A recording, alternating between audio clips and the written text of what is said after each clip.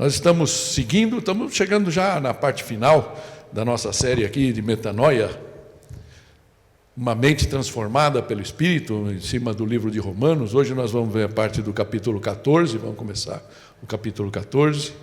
E uma das perguntas mais frequentes que a gente escuta de quem não é cristão é: o que eu teria que abrir mão para me tornar um cristão?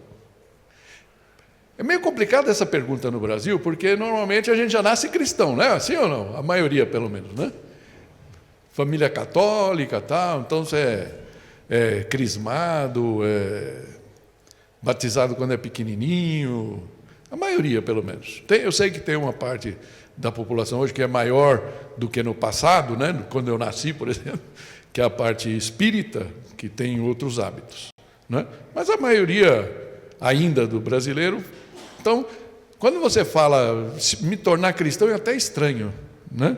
Estava falando com uma pessoa que tinha um parente, eu posso citar, né? A Karina mesmo estava contando para mim, né? Que o tio dela faleceu essa semana, então ela estava acompanhando ele no hospital e disse que quando ela falava, puxa, eu preciso falar para ele de Jesus antes do dia final, e ela colocou isso como objetivo.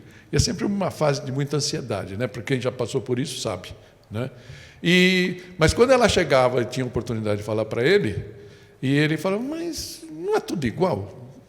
Eu sou cristão, né? Tipo assim, fui batizado quando menininho, tal, né? Então é difícil. Mas eu falo assim, ser cristão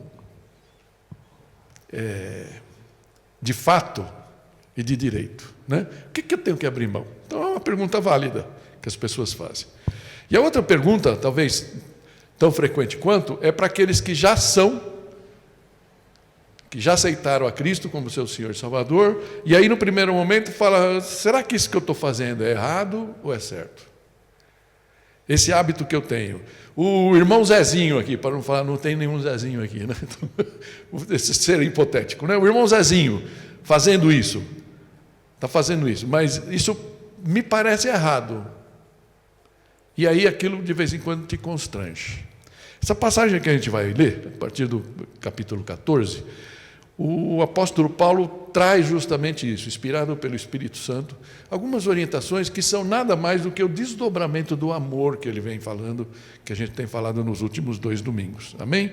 Então, vamos ver o que a palavra nos fala através desses versículos. A partir do versículo 1 do capítulo 14, nós vamos ler até o começo do 13. Diz assim: aceitem o que é fraco na fé, sem discutir assuntos controvertidos. Um crê que pode comer de tudo, já outro, cuja fé é fraca, come apenas alimentos vegetais.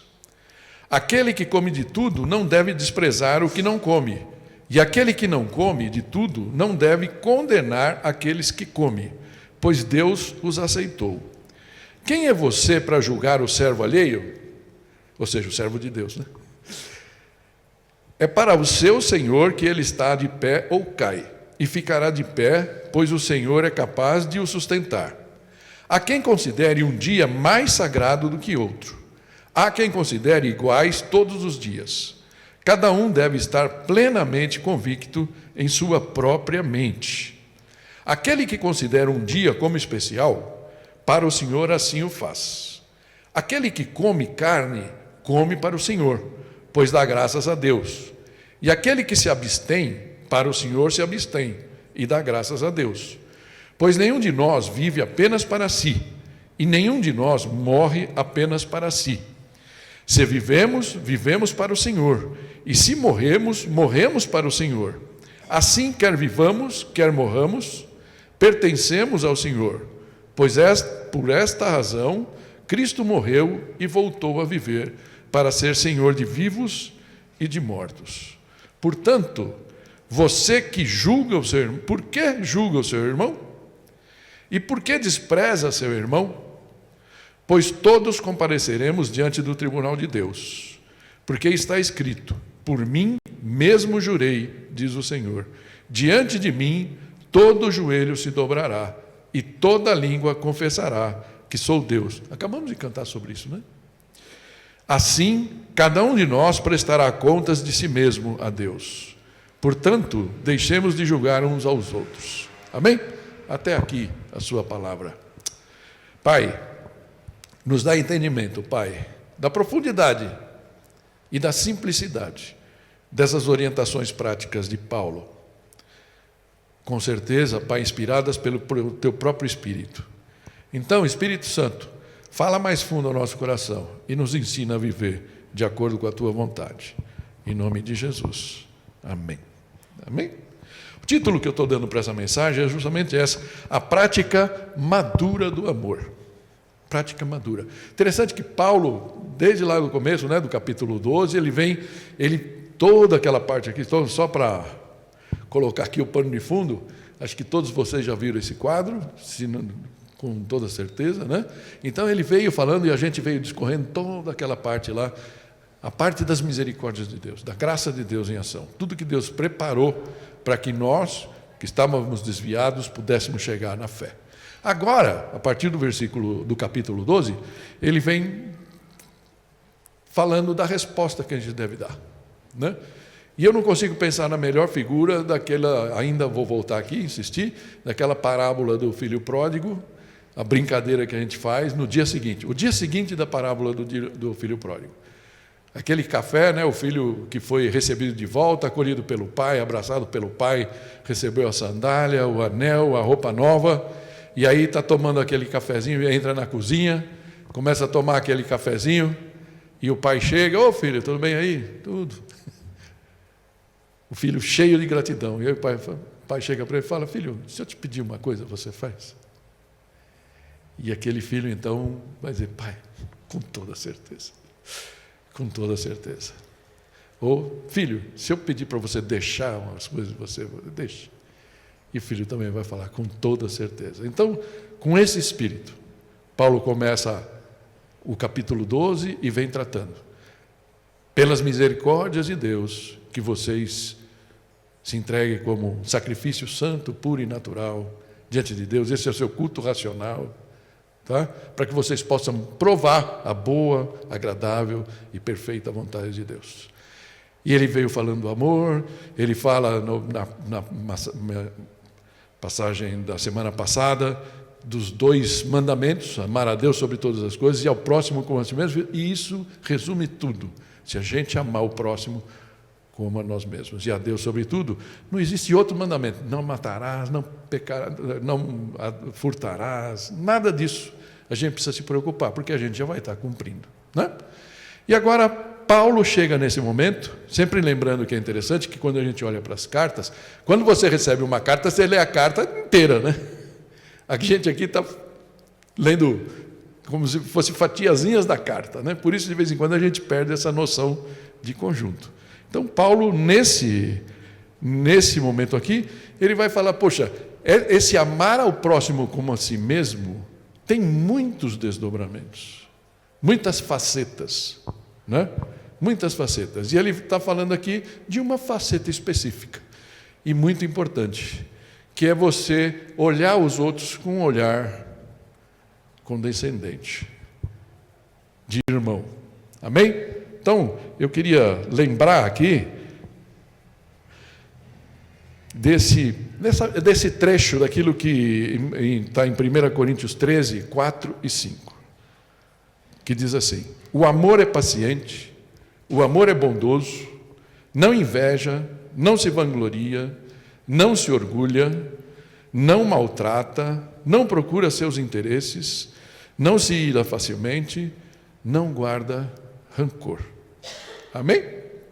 Esse é um poema, o hino do amor, que a gente usa. Eu já usei muito em casamento, cheguei a usar no casamento do meu filho, do João, faz um ano mais ou menos, uma parte dele. E o próprio Paulo então descreve como uma prática madura do amor, como ele deve se desenvolver, né? Então essa parte de ser paciente, de ser bondoso, não se vangloriar, é justamente o que nós vamos ver nessa passagem de hoje. Amém? Tudo bem? Estamos juntos? E eu queria dividir isso. Normalmente o texto se divide mais ou menos nesses 4 pontos aqui: acolher sem disputar, lidar com as diferenças de opiniões ou de prática, olhar para a motivação do coração e evitar o julgamento indevido. Amém? Então, começando pelo primeiro aqui, acolher sem disputar. Está lá no versículo 1, quando ele fala lá, aceitem o que é fraco na fé, sem discutir assuntos controvertidos. Amém? Então, esse Paulo está tratando aqui um princípio muito importante, o da aceitação. E eu vou pôr aqui a Nova Almeida atualizada, todas as Almeidas usam a palavra acolham. Acolham. Eu não sei para você, para mim parece que aceitar, tem coisa que se aceita, né? Tudo bem, eu aceito, né? Eu aceito, mas não vou morrer de amores. Acolher dá aquela parecida, né? Acolher é você trazer para perto. Né? Acolher, a palavra, né? A palavra do grego, que eu não preciso dizer qual é aqui, né? Porque para nós não vai fazer sentido, mas ela tem esse sentido de conceder acesso ao coração. Acolher em amizade, abraçar. Tá? A Bíblia Mensagem, por exemplo, comenta, recebam de braços abertos. Tá? Então, acolham o que é fraco na fé. Então, mas o que ele está chamando de fraco na fé aqui? Fraco na fé é interessante, porque não se trata de ter pouca fé em Jesus, por exemplo, para a salvação. Não é o que está aqui em foco. O significado aqui é de ter convicção. De repente não tem uma convicção muito forte, e são aqueles que ainda precisam da firmeza, da amplitude do entendimento que nos faz ser considerados salvos ou se sentir salvos. Né? Então, alguns pensam que eu preciso vir... imagina que algum tempo atrás, ou em algumas igrejas, se eu chegasse lá, eu lembro, já falamos disso várias vezes, mas imagina... Eu e a Tu fomos convidados para ir numa igreja, uma igreja boa, igreja legal, muita gente, né, da Assembleia. E eu não sabia se eu ia de terno ou não. E aí eu falei, vou coluna do meio, né? Eu pus o paletó, pus o blazer, mas fui sem gravata, levei a gravata no bolso, né?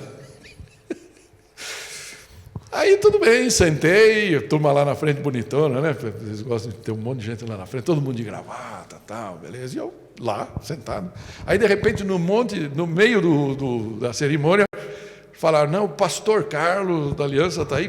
Me chamaram, aí eu e a Toro fomos levados lá para frente. E aí eu fiquei numa saia justa danada, todo mundo de lá, e eu com a gravata no bolso. E aí deu um jeito de pôr. Mas imagine que me chamassem lá para pregar, e eu estava sem gravata, ia ser meio que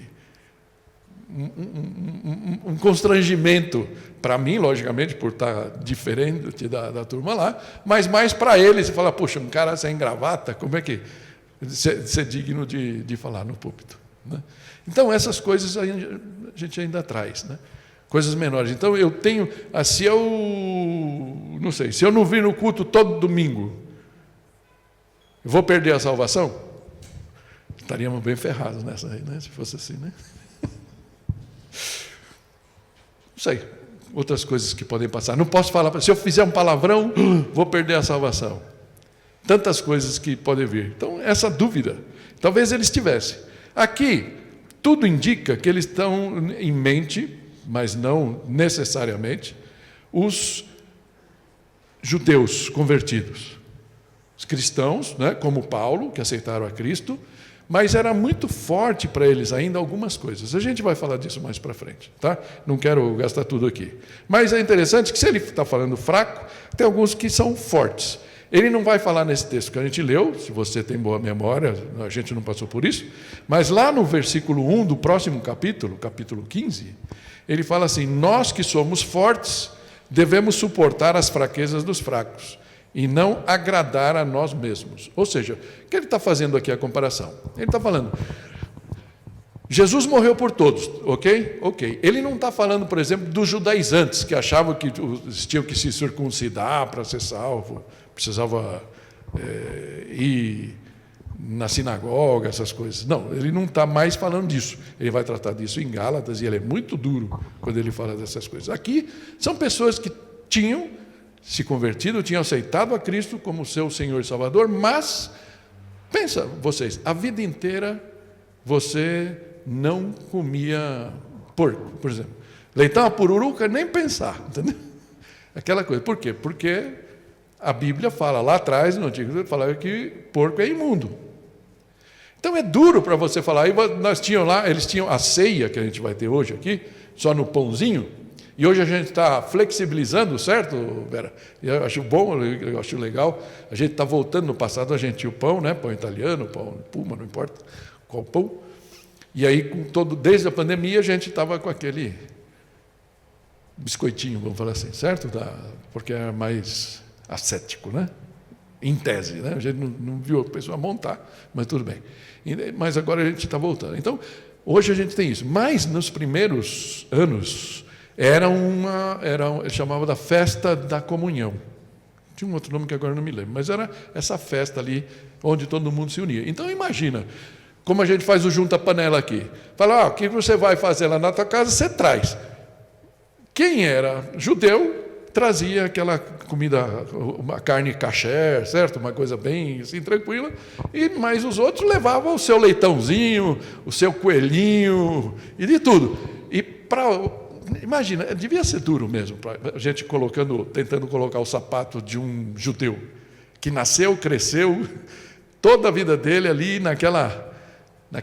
com aquela regra, ter que conviver com isso, onde era impuro entrar um gentil dentro da casa de um judeu e ali fazer uma refeição conjunta com todo mundo. Então essas coisas tinham o seu lugar e a gente pode entender. Então Paulo está falando, olha, tem gente como isso e tinham também os outros, os que vinham das seitas pagãs, os gentios, né, romanos e outros, que faziam parte da igreja, que tinham outras seitas, né? E aí, quando vem para cá, lá de repente era uma seita que sacrificava animais para fazer as entregas e tudo mais, tá? E de repente, quando ele chega aqui, fala: pô, se eu comer essa carne aqui, como é que vai ser? Então, é esse o panorama, ok? Nenhuma discussão se Jesus era o Salvador ou não, não era isso que estava em discussão. Por isso, Paulo é flexível aqui, ok? Contra os outros, ele não era flexível. Tá? Então, ele está falando, aceitem esse fraco na fé. Ok? Mas, ele ainda vai falar assim, sem discutir assuntos controversos. Sem discutir. Se a gente voltasse aqui para pôr aquela versão das Almeidas, fala, acolha o que é fraco, não porém para discutir opiniões. Então, é isso que ele está falando. Não adianta a gente ficar aqui discutindo. E eu sei que muitas vezes a gente discutiu. Eu, inclusive, e me penitencio por isso, e peço perdão a vocês se em algum momento a gente foi mais firme em algumas convicções, né? Mas várias coisas aqui ele está falando, olha, tem coisa que não vale a pena discutir. A gente tem que ser mais leve, né? Mas existem outras coisas que sim, a gente precisa brigar. O Stott, né, um dos comentaristas que a gente segue, fala assim, mas existe uma reflexão necessária sobre a aceitação e acolhimento nos dias de hoje. Ele diz que aceitação é uma palavra muito popular nos dias de hoje, e com razão. Mas arrazoa que deveríamos ser cautelosos quanto à tendência moderna de aceitação incondicional. Acho que todos nós, não preciso explicar tanto, né? Tem uma tendência hoje de aceitação incondicional. Que o amor de Deus é incondicional, é um fato, ninguém está discutindo isso. Por isso é tão normal a gente ouvir, venha como está. Mas eu gosto sempre de pensar assim, mas Deus é tão bom e nos ama tanto, que Ele não vai nos deixar continuar como a gente chegou. Ele quer nos transformar. Metanoia, né?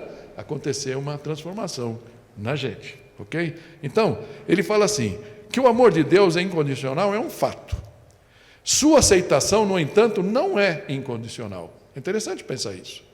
Uma vez que ele depende de nos arrependermos e aceitarmos Jesus como nosso Salvador, não é isso? Não é esse o convite que a gente tem? Então, não é incondicional. Todos nós vamos para o céu. Todos nós seremos salvos. Infelizmente, ou felizmente, não sei dizer, né?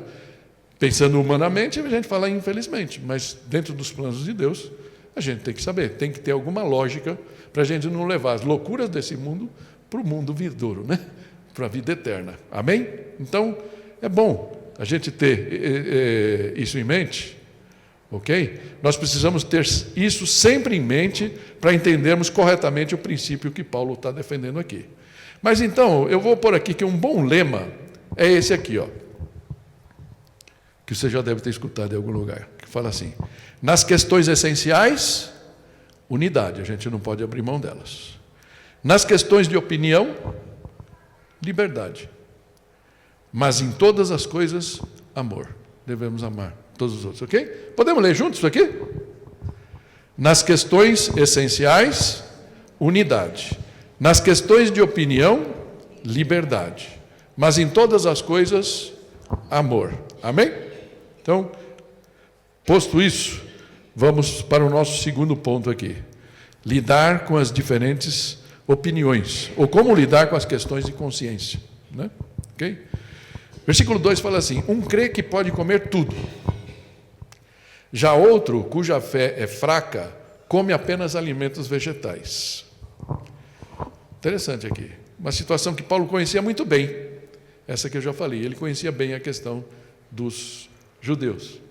Imagina um judeu vivendo em Roma, a vida inteira dele ele comeu comida que a gente chama, né? Eu sempre falei kosher, mas parece que eles chamam kasher, né? Aqui, sabe o que é? Uma comida, eles comem vaca, por exemplo, boi, né?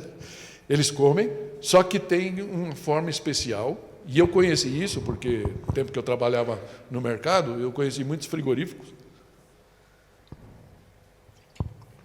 E tem um dia da semana que eles vão matar os bois para consumo judaico. Vai uma espécie de um rabino, que ele tem a ISO 9000 dos rabinos, sei lá como é que é, ele tem o selo de aprovação da comunidade e ele acompanha. Então põe o coitado do boi lá, corta e ele sangra inteirinho, ele praticamente tira todo o sangue do animal.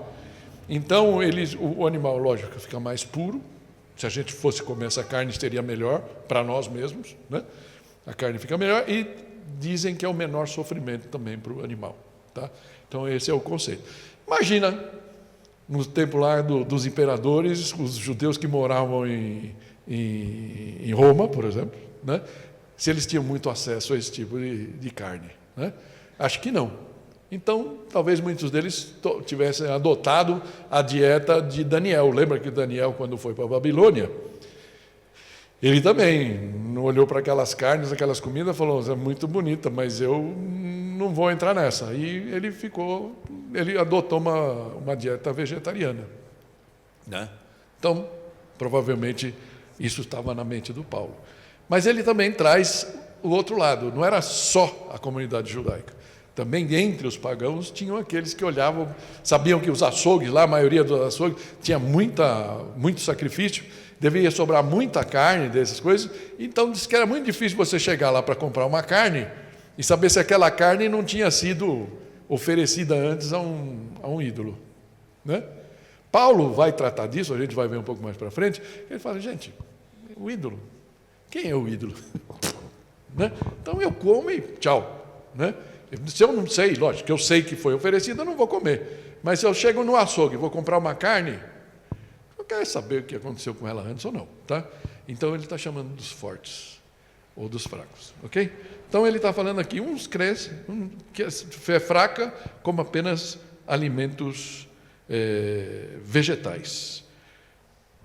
Aquele que come de tudo não deve desprezar, e aqui vem a orientação, a exortação, não deve desprezar o que não come. E aquele que não come de tudo não deve condenar, ou seja, os dois lados, né? Aquele que come, pois Deus os aceitou. Aqui tem um conceito que é muito interessante. Normalmente, esse que Paulo está chamando de fraco, acaba se tornando um legalista, né? Um exemplo, de novo, numa outra igreja que a gente foi, e a gente percebe, e eu já vi isso acontecer aqui na nossa igreja, bacana.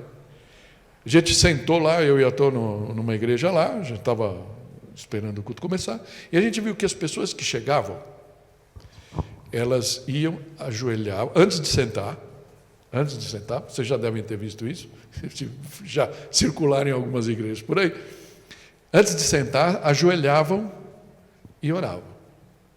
E aí depois levantava e sentava. Poxa, que legal, né? Você ora assim, que legal.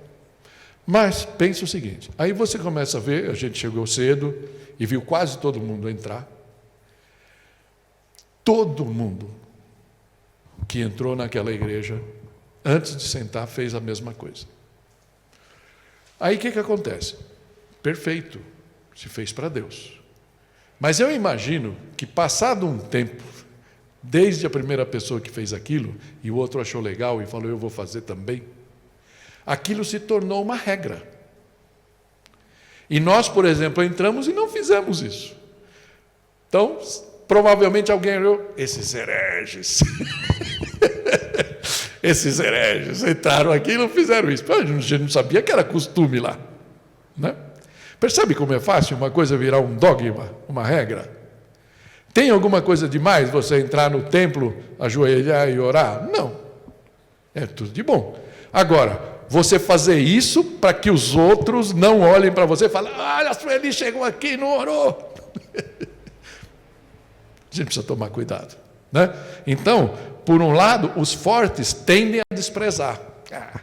Esse tontinho aí, come legume aí. Come legume aí que eu vou comer meu leitãozinho aqui, né? Tudo bem? Mas, pelo outro lado, os que não comem, olham para quem come e falam, você vai para o inferno. Esse é o que o Paulo está trazendo aqui. A gente precisa tomar cuidado, amém? Tudo bem? Então, por quê? Pois Deus aceitou um como aceitou o outro, certo? Então a gente precisa sempre tomar cuidado com essas coisas. Tem um comentário de um teólogo que chama Ray Stedman, ou Stedman, tem o meu corretor aqui de inglês, amém? Fala assim, é importante observar que a Bíblia poderia ter abordado esses temas, mas seus escritores, inspirados pelo Espírito Santo, foram deliberadamente conduzidos a não falar sobre esses assuntos. Interessante. E a regra é, onde a Bíblia é silenciosa, a consciência governa. Ou seja, parece que Deus quer que a gente use o nosso cérebro. Parece que Deus quer que a gente pense. Né? E isso acontece aqui então. Tem coisas que Ele espera que a gente faça certo. E se a gente fizer errado, dependendo do que for, a gente vai confessar, Ele vai nos mostrar que está errado e vida que segue. Amém? Não é para ficar no erro, né? Versículo 4 fala assim, quem é você para julgar o servo alheio? E é para o seu Senhor que ele está de pé ou cai. E ficará de pé, pois o Senhor é capaz de o sustentar. Todos somos servos de alguém, amém? Nós somos servos de Cristo. Somos servos do Senhor. E é interessante que eu fiquei lembrando aqui, eu estava fazendo isso e lembrei a gente teve um exemplo tão lindo aqui entre nós. A gente teve um irmão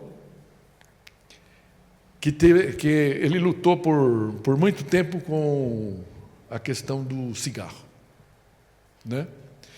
Em algumas igrejas, eu tenho a impressão que se ele tivesse se convertido e na semana seguinte ele chegasse lá com um cheiro de cigarro, a igreja ia apontar o dedo para ele, não sei o quê, vai se converter, não sei o quê, tudo bom. Nossa igreja, eu acho que foi muito bacana nesse sentido. Eu acho que a gente, todos vocês, são dignos de louvor. E eu acho que Deus olha para vocês com graça. Porque Ele passou anos entre nós, lutando, de vez em quando. No final eu era já o pastor, mas muitos anos, né, antes de eu ser o pastor da igreja. De vez em quando tinha um começo, ele parava, ele dava uma escapadinha no meio do culto. Logicamente a gente percebia que ele ia fumar, né?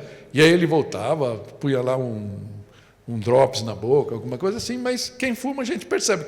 Quem não fuma tem o nariz, né, aguçado. A pessoa passa perto de você percebe que ela fumou tal. E a gente trouxe isso numa boa. Ele foi nosso irmão, ele foi acolhido, ele foi abraçado, até o dia, e a gente sabia que aquilo era uma batalha para ele, até o dia que ele pediu para...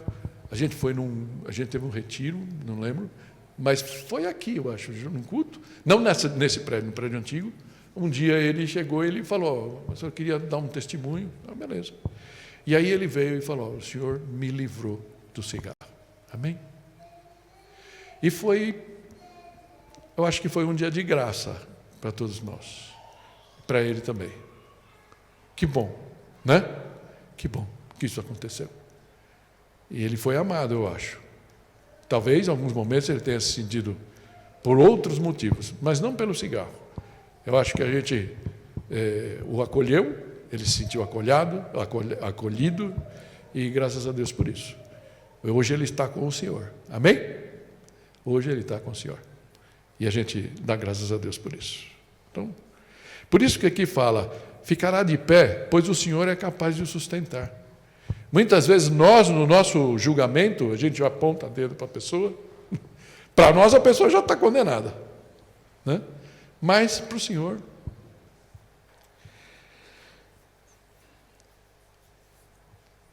Tem algumas igrejas, e por muito tempo, eu sei que isso está mudando, graças a Deus por isso. Se você não falasse em línguas, você não era crente. O fundador da aliança lutou com esse problema também. Ele pediu, se trancou, ficou 2 semanas trancado no escritório dele, pedindo para que Deus o brindasse com esse dom. E o Senhor não deu. Minha graça te basta. Minha graça te basta. Ele tinha vários outros dons, mas não o de línguas.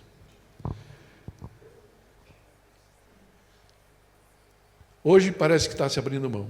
Outra coisa que muito tempo se pegou, por um entendimento errado. Em muitas igrejas, e até hoje é assim, estudar é proibido. Fazer curso de teologia é proibido. Sabe por quê?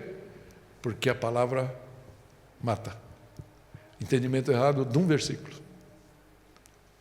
De um contexto, né? Texto fora de contexto é pretexto, né? Não é isso que está. O versículo não está falando disso. Está falando de legalismo, justamente isso. Você se pegar na palavra, querer seguir pensando que ela vai te levar para o céu e ela vai te levar para o outro lado. Né? Ok? Então, esse é o conceito. Então, a gente precisa tomar cuidado com os julgamentos. Porque somos servos todos. Se somos servos do Senhor, Ele vai nos sustentar. Até o dia que Ele vai nos mostrar o erro ou o acerto. Amém? Tudo bem? O texto segue dizendo assim, há quem considere um dia mais sagrado que outro. Há quem considere iguais todos os dias. Cada um deve estar plenamente convicto em sua própria mente. 2 perspectivas aqui. A primeira é uma que a gente sabe, o sábado, que era tão sagrado para os judeus, muito difícil de virar a chave, e até hoje isso, a gente sabe que tem alguns, creio que a gente tem muitos irmãos lá dentro, né? Uma denominação que alguns chamam de seita, né? Que seguem o sábado e entendem, infelizmente, que se não, o sábado é uma adição ao sacrifício de Jesus. Esse é o problema. Porque se não fosse isso, não teria nenhum problema, né? É que Paulo está falando aqui. Se quer descansar no sábado, descansa no sábado. A gente descansa no domingo. Por que a gente descansa no domingo? Talvez uma pergunta que você tenha. Porque Jesus ressuscitou no domingo. Todas as aparições de Jesus foram no domingo. A igreja, quando começou, talvez por praticidade, a gente não sabe, ela se reunia e compartilhava da ceia sempre no domingo. E isso se tornou a tradição cristã, vamos falar assim, né? Se você vai falar com um irmão dessa denominação, ele vai falar que isso foi Constantino que colocou. Não, desde o princípio. Desde o princípio. Os crentes usavam o domingo para as reuniões. Essas reuniões da ceia e tudo mais. Amém? Então, ok. A gente vai mostrar alguns textos que nos ajudam a entender isso. Então, interessante que até o dia de hoje eles se peguem nisso, tá? Mas aqui fala também de outras festas rituais, Então imagina, dentro do judaísmo, tinha 7 festas, que são festas muito importantes, né? Mas tinha 3, pelo menos, que eram aquelas Páscoa, Pentecoste e Tabernáculo, que a turma ia, eram festas de peregrinação, tem até hinos de peregrinação, os salmos, né? Muito bonitos e tal. Aquela festa que todo judeu tinha que ir a Jerusalém, 3 vezes ao ano para comemorar. Penso que até o ano 70, porque depois do ano 70 acabou a festa, Jerusalém foi destruída. Mas até lá, eu acho que muitos dos judeus, mesmo morando em Roma, morando em outros lugares, tinham aquele desejo de voltar a Jerusalém para participar daquelas festas. E Paulo está falando, participa lá, relaxa. Mas saiba que você não precisa fazer isso para ganhar a salvação. Acho que esse era o ponto mais importante, né? Por isso que ele fala que cada um deve estar plenamente convencido em sua própria mente. Ou seja, se eu falo assim, olha, eu vou dar um exemplo bem próximo nosso, tá? Nosso aqui, brasileiro. Sexta-feira Santa. Ok? Sexta-feira Santa. Quem vem de uma família católica cresceu até o momento da sua conversão sem comer carne na sexta-feira, sim ou não? É o momento do ano que o bacalhau é mais caro, né? Bacalhau, peixe, tudo fica caro. Tudo bem, todo mundo come peixe. Aí você aceita a Jesus. Aí você vê que aquilo não tem nada a ver. Você pode comer muito bem um hambúrguer ou botar uma picanha na tua churrasqueira e comer na sexta-feira e não passa nada. Agora, por consciência dos teus parentes, por consciência da tua vizinhança, você não precisa afrontá-los com isso, não é? Porque, de repente, com isso, você pode perder todo mundo à tua volta. Esses caras são os hereges, vão tudo para o inferno, comendo carne no dia do Senhor, né? No dia... Então, por uma questão de gentileza, por questão de amor, você come peixe. É gostoso, não é? É gostoso. Não tem nenhum problema. Agora, saiba que você não precisa comer peixe para ser salvo nesse dia, né? Mais ou menos esse é o conceito aqui. Isso nos leva aqui para terceiro ponto, olhar a motivação do coração. E ele segue dizendo assim no versículo 6: aquele que considera um dia como especial, para o Senhor assim o faz. Aquele que come carne, come para o Senhor, pois dá graças a Deus. E aquele que se abstém, para o Senhor se abstém, e dá graças a Deus. Amém? Para o Senhor assim o faz. Para honrar o Senhor, para agradar, para honrar. Se é assim, não tem nenhum problema. E dá graças a Deus. Ou seja, ambos estão fazendo o que a consciência diz, e por gratidão a Deus e por obediência. Assim está fazendo, tá? Mas com relação à guarda do sábado, ainda hoje, será que isso realmente tem sido feito pela motivação correta? Ou será que virou uma coisa que fala assim, eu não quero entrar em detalhes aqui porque não é o caso, mas só para você saber, eu sei que vários de vocês têm proximidade com irmãos adventistas, né? E olha que interessante, tem até um texto que eu estou pulando, que é um texto de Gálatas, que é mais duro, mais incisivo. Paulo está falando ali dos judaizantes que tinham o sábado como uma coisa necessária. Mas olha Colossenses 2, 16 a 18, que é mais suave. Portanto, que ninguém julgue vocês, ou seja, julgar-nos a nós, né? Por causa da comida e bebida, ou dia de festa, ou lua nova, ou sábados, especificamente falando do sábado aqui. Porque tudo isso tem sido sombra das coisas que haviam de vir. Porém, o corpo é de Cristo, ou seja, nós estamos vivendo o momento da igreja, o corpo de Cristo. Isso já tudo é passado. Não deixe que ninguém se faça de árbitro para desqualificar vocês. Infelizmente, eu acho que nenhum cristão que, entre aspas, guarda o domingo, olha para os nossos amigos, irmãos adventistas, com olhar de reprovação, alguma coisa assim. Mas, infelizmente, a doutrina, não estou falando que todos os adventistas fazem isso, porque acho que hoje esse negócio está muito aberto, e eles têm feito um esforço muito grande para se aproximar dos demais cristãos, né? Mas, dentro da doutrina, eles olham para a gente como filhos de Babilônia. Não sei se vocês sabem disso. Simplesmente porque a gente não guarda o sábado. Né? Então, esse é o ponto. Então, Paulo deixa muito claro aqui, ele fala, olha, na passagem de Gálatas, já que estamos falando isso, eu vou pôr ela aqui, 22. Olha que interessante. Gálatas 4, versículo 9 e 11. Ele fala assim, mas agora que vocês conhecem a Deus, ou melhor, agora que vocês são conhecidos por Deus, como é que estão voltando outra vez aos rudimentos fracos e pobres, aos quais, de novo, querem servir como escravos? Vocês guardam dias, meses, tempos e anos. Receio que o meu trabalho por vocês tenha sido em vão. Ou seja, ele está falando justamente isso. Eu não sei que negócio é esse. Porque uma coisa é, a gente sabe que domingo é dia do Senhor. Mas alguns de vocês, por uma questão de trabalho, vão trabalhar e vocês não vão perder a salvação por causa disso. Alguns de vocês entendem que um domingo por mês você tem que jogar bola com os teus amigos porque você aproveita para evangelizá-los. Tomara a Deus que seja assim. Mas, tudo bem, você não vai perder a sua salvação por isso. Tá?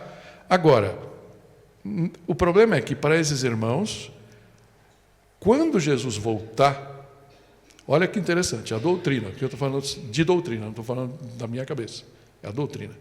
Quando Jesus voltar, lembra aquele dia ele vai separar bodes e ovelhas? A guarda do sábado vai ser um dos critérios. E Paulo está falando, não caiam nessa. Não faz sentido. Quer dizer que o sacrifício de Jesus não foi suficiente? Se você chegar lá, se você não estiver guardando o sábado, você vai perder a salvação?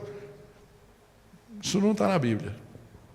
É isso que Paulo está falando. O que está na Bíblia? Esse que a gente acabou de ler, Colossenses. Ele fala lá, né?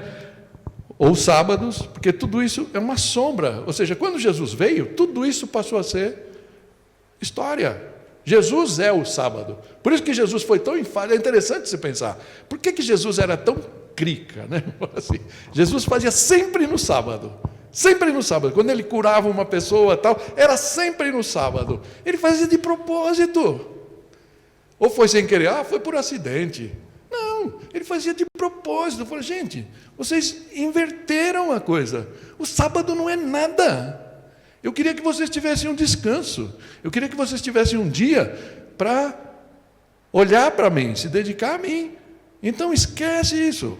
Então, a gente pode conviver com os nossos amigos, nossos irmãos adventistas, que todos nos encontramos no céu, mas a gente tem que ter isso bem claro na nossa mente.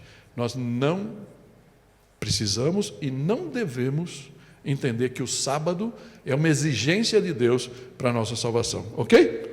Fecha parênteses. É só um comentário, porque o texto menciona isso, né? Ok? Então, o que ele está falando aqui? Nenhum de vós vive apenas para si, e nenhum morre apenas para si. Se vivemos, vivemos para o Senhor. Se morremos, morremos para o Senhor. Assim que vivamos, quer morramos, pertencemos ao Senhor. E, portanto, gente, tudo é pelo Senhor e para o Senhor. O louvor hoje foi para o Senhor, essa mensagem é para e pelo Senhor. Então, você vem aqui pelo Senhor, não por mim, nem pela Elisa, nem pela Tô, nem pela Vera. A gente vem aqui para o Senhor e para ouvir o que o Senhor tem para nós. Então, é um bom momento para olhar para as nossas próprias convicções. Tá? Se algumas delas incomodam você, ou porque os outros membros fazem uma coisa ou outra, sabe, vou abrir um parênteses nisso mesmo que eu estou falando. Muitas vezes, em muitas igrejas, o louvor é um alvo de divisão. Eu me senti muito edificado com as palavras do João. Cara, foi difícil segurar as lágrimas, porque eu me senti naquilo, né? Aquilo sou eu muitas vezes. Eu acho que todos nós podemos falar, sou eu. Essa é a nossa realidade. Eu vi um pastor, hoje cedo, na verdade, não, ontem à noite, e ele usou uma figura muito interessante. Ele falou, eu como pastor mas ele falando, né? Mas ele falou, todo cristão vive, imagina o seguinte, sabe uma corda bamba, sabe aquela corda do equilibrista? Você tem aquela corda do equilibrista e você é chamado a cruzar a ponte, você tem que ir para o outro lado. O que você ganha? Você ganha uma vara, aquela vara, né, do equilibrista, de um lado tem uma lata, do outro lado tem outra lata. Uma lata é a lei, a justiça. O que é certo, o que é errado, né? A palavra que mata, né? Essa é que mata, mas tudo bem. A justiça, a gente sabe que a gente tem que seguir. Do outro lado está a graça, ou o amor, que a gente está defendendo aqui, o amor. E a gente tem que viver, tem que cruzar aqui, todo dia, equilibrando entre a justiça e a graça. A justiça e a graça, né? Por isso, para mim, é muito difícil você olhar para algumas dessas denominações e falar, é seita, né?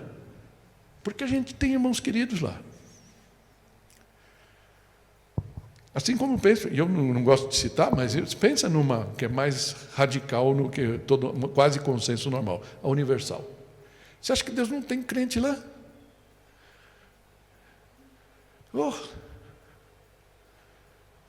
Tem um monte de gente que a gente vai encontrar no dia, vindo para o lado dos vinde queridos do meu Pai.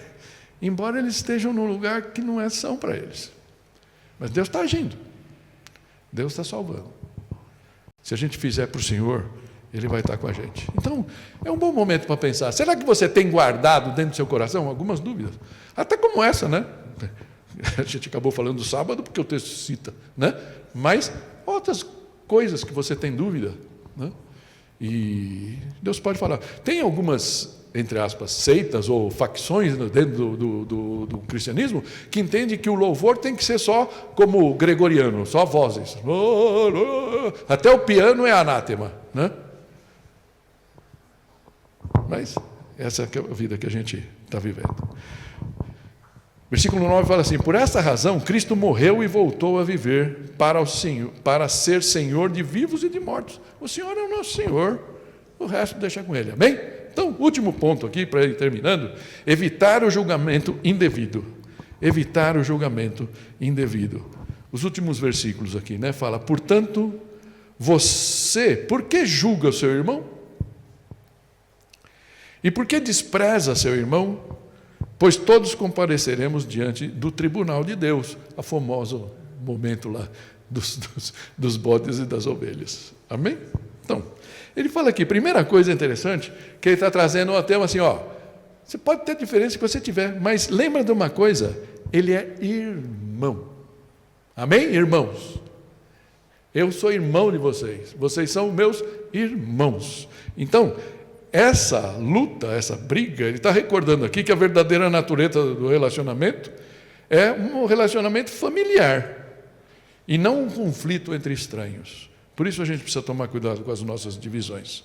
Aceite-os, porque é seu irmão. Que o fraco deixe de julgar e que o forte deixe de desprezar. Além do mais, somente Deus cabe o direito de julgá-los. Por isso ele fala aqui do tribunal de Deus. Versículo 11 fala, porque está escrito, por mim mesmo jurei, diz o Senhor, diante de mim todo joelho se dobrará e toda língua confessará que sou Deus. Ou seja, pare de julgar. Pare de olhar os outros com senso crítico. Porque um dia, se você não fez isso ainda, mesmo sendo cristã, um dia você vai se dobrar diante dele, teu joelho no chão. Isso está lá em Isaías 45. E é interessante, né? Que esse Isaías, esse é o versículo 23, que é citado lá de Isaías, mas o versículo 22 é um versículo que muita gente já se converteu, quando fala assim, volte-se para mim, e sejam salvos, todos vocês, confins da terra. Pois eu sou Deus e não há nenhum outro. Amém? Todo o resto, gente. Ok? Assim, cada um de nós prestará contas de si mesmo a Deus. Portanto, deixemos de julgar uns aos outros. Eu queria terminar trazendo aquela máxima de novo lá. Nas questões essenciais, unidade. Nas questões de opinião, liberdade. Em todas as coisas, amor. E só, para que não fique nenhuma dúvida para ele. No essencial, o que é o essencial? Doutrina. Senhorio de Cristo, a salvação, a ressurreição. Sobre essas coisas devemos estar unidos. Chega uma pessoa para você e fala assim, olha, eu acho que Jesus não é Deus. Repreenda com amor. Desculpa, querido, você está errado, você está errada. Não é por aí, ok?